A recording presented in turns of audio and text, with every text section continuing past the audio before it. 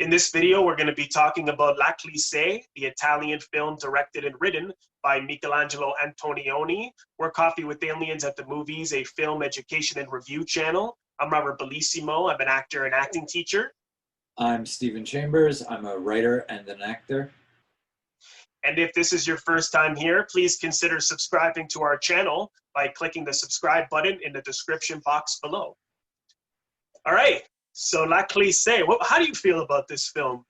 I think this film more than La Ventura is really like an appreciation of what the image can do, of what real cinema can do. What I mean by real cinema is I'm not just going to tell a story and have A, B, and C happen and wrap up the plot. I'm really going to use the medium right here to let the medium, in fact, do the storytelling for me. I think it's the advancement of commerce. So I think like well past the post-World War II Italy, we're now looking at the birth of the new kind of capitalist Western society. And of course, in the stockbroker melee scenes, which are wonderful to look at. But at the same time, we're also at the same time watching sort of the death of love, certainly in a traditional relationship. In Le Cliché, it's sort of like, well, human love is taking the back seat to our new passion, which is move faster, go, machines, money. So this, I think, is, for my money, well expressed visually. Are we using the medium to tell a story? I hesitate to call Le Cliché a story as much as it is an opinion on film, which is not to take away by the achievement. I mean, I have a feeling, I have a statement I want to make. I'm going to do that not through writing, but I'm going to do that. I'm going to show you. That's what an impressionist painter does. So that's amazing. That's amazing. Right. I think Scorsese said Le Cliché is less a film, more of a poem on film. That's 100%, 100%. And that is an achievement. I just don't care as much for that. And another critic, I forget who, and I agree with her, she had said, it's beautiful, it's, whatever, it's beautiful, but it's also dull. I agree. I still like it. So to my first point is, I want to dislike it because note by note, it's not doing what I want it to do. Even in the subgenre of an Antonioni film, it's just not doing the thing that La Ventura did, or certainly fucking Blow Up, but which I still think is amazing. Human relationships in this, they're very one note. With I think the characters in La Ventura and Blow Up and La Notte are much more interesting. I think this is very like one thing, and I also think as much as Antonioni was a painter, right, and so you can clearly see that as him as a filmmaker, and the same with David Lynch, just wanting to see his paintings move. And you can definitely see that, and you can see how much of an intellectual he is. He's using symbolism and stuff like that. And intellectuals and film scholars and some film critics eat that stuff up because you can talk about it. You can write about it. Because maybe you look at it and you just see the wall separating Delon and Vidi, but what does that mean? So people who are intellectually inclined like to look at, so that means that there's distance between these characters. And then even later in the early scene, the shot of all the cigarettes, and there's tons of cigarettes. So clearly she's been thinking about the relationship for a long time. And then when she breaks up the relationship, she opens the curtains. And of course, looking through the glass, it's the symbolism of now you've got to go out and live in your environment. And he always has these like looking through glasses. And then again, where Delon and Vidi are kissing through the door, through the glass door. All these things are symbolic, not accidents. Like he was very thoroughly planned out. And yeah, I mean, I like that kind of stuff. He had those same things in La Ventura and Blow Up and La Notte. They weren't primary to the psychology of the characters, to the emotional life. of the characters, whereas here it's sort of, it really stands out, and it's much more intellectual. It doesn't do anything to the audience emotionally. You just see they're zombies, and you see the opening scene, the husband, once she breaks it off, he's just sitting there still with no expression. So he's this zombie-like character. There's no point of their existence, which is what he's saying. It speaks about the theme of existentialism, and I think perhaps with this film he's saying that much more so than the other ones. But it's again, he's asking questions, and at the end he's got the shots of the empty trees, the shots of the water, the people waiting for a bus, and it's just the the autopilot of life, and like, what's the point? So he is asking those questions. He's putting that to the audience, right? So it's definitely a film you have to use your head with, but nothing from the heart. But that could be the point, because there is no heart in it. Wow, that's a good point. Yeah. Yeah. So that's what he's going for. He achieves it, but for me, I don't have to love it because he achieved it. And concrete visual representation or scene really of us as people is in that crazy stock market. We get the news that one of their fellow guys dies. Moment of silence. And then they go boom. And I think it's hysterical and well done. Well done. Yeah. Well done. Like I was like, there, okay. Yeah. That was cool. Yeah, and that's a good point. He does. It's not that the whole thing is just total zombies. He has the Rome Stock Exchange scenes are just unbelievable. Those are great. They're just animals, just obsessed. Because that's the only time you see emotion.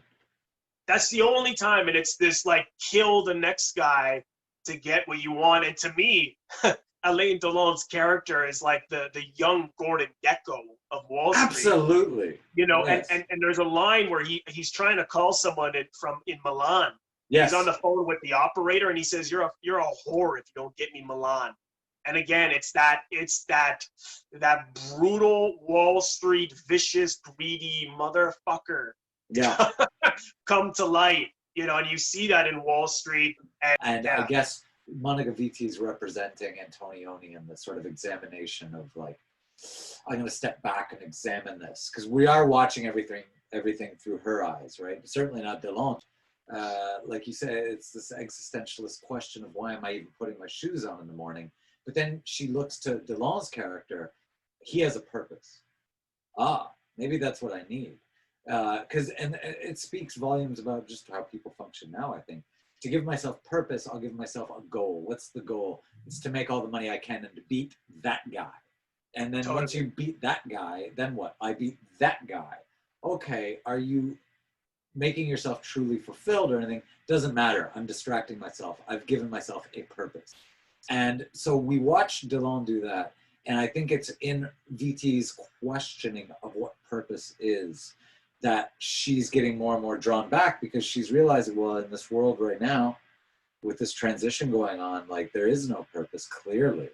The scene where you start to have hope for Delon and Vitti when they're really having a good time, they're like, they seem to, like when they're kissing, it's not just a kiss, that they're passionately kissing. It's a real passionate embrace. And you think, okay, well, maybe they'll break out of this greed, or Delon anyways, will break out of this greed. And then when they say, oh, I'll see you tomorrow, and I'll see you tomorrow, I'll see you the next day, and this, they're acting like teenagers in love. And then I'll see you tonight. And she's like, okay. And then as soon as she leaves, she goes back to that dull expression, because I think she knows, either she's maybe cynical and just thinking, oh, he's gonna be like my last boyfriend, because Antonioni doesn't tell you what's wrong with that first boyfriend, but I imagine that he was a Delon type, money orientated. She's just given up, like, well, he's just gonna be like the last guy. And even before, when I think he wants to marry her, and then she says, well, I wish I loved you less. Or I wish I loved you more. In other words, like it's just not enough. Like it's like, yeah, you're fun. I love to be with you. You're funny, you know. And he is, and you do see that side of him with her. The greediness of the Gordon Gekko type is gone. So, but he cuts that off, Antonioni, that of it going there. He's like, no, it's just, it goes right back to the cynicism. So it does, you know, it does give you like a, ugh, you know, and then it's just the shots of the streets and stuff, the trees and everything, and you just think, I see what he's saying, and he's asking the audience, you know, why are you doing this, for what? And there's another great line where he says to Victoria, Stallone's character says, you know, well, you know, the stock market, you know, it becomes a passion after a while. And she goes, you call that a passion? Yeah. And I'm like, yeah, you call like greed and accumulating a lot of money and winning money on stocks, that's not a passion, that's no feeling. Those scenes I really love. I am torn about this film in the sense that, like, as we're talking about it, I'm liking it more and more. But you know, but it speaks more to the intellectual and Antonioni, because this is what he wants people to do, is go after and talk about it because of that, you know. But then when you're watching it, it doesn't have the emotional life. Well, that's interesting. Yeah, it has the emotional life of no emotion. So that's why when you're watching it, it's like reading a really good essay. You know, like, I don't know. I agree with that. I mean, does a film then work if it succeeds on creating conversation after the fact, but while you're watching it, you just want it to end? Like, does that mean it succeeded? It depends how you define success. Would you recommend it? I would recommend it because, apart from all of what we're discussing about the execution, at the end of the day, the questions it asks are so relevant that's why this is an Italian classic to see, because we're so money hungry, you know, everything is superficial, and this is a film to say, you're superficial and look at how you fucking look. this is how you look. You might not be as greedy and cutthroat as Stallone's character, but in a way we all are. And I think, apart from maybe you're not going to be entertained or enjoyed or cry or get mad or provoked or embarrassed or what have you, but it is something to think about, to reflect on, and it shows what we as people in the Western world are like. And this is 60 fucking years ago. This is still, if anything, it's worse now, way worse. It is. And that's for my money, it's worth it on that alone. Okay, that's, you know, I can't argue with that. Yeah. I was trying to. And finally, for a first date, yeah, I oddly... You want to fill those gaps in your conversation afterwards? Oddly, I think this might work. Yeah, I might actually surprisingly recommend this. Yeah, I agree with that. On the same, you'll have a great conversation about capitalism after this film, for sure. That's what you want to talk about, kids. Totally. So, all right, everyone. Well, thank you so much for watching. If you haven't done so already, please consider subscribing to our channel. You'll see the Coffee with Aliens logo to the right above my head here with Frankenstein in the shot. Just click on that, and that will give you instant subscription. Thank you so much, and we'll see you next time.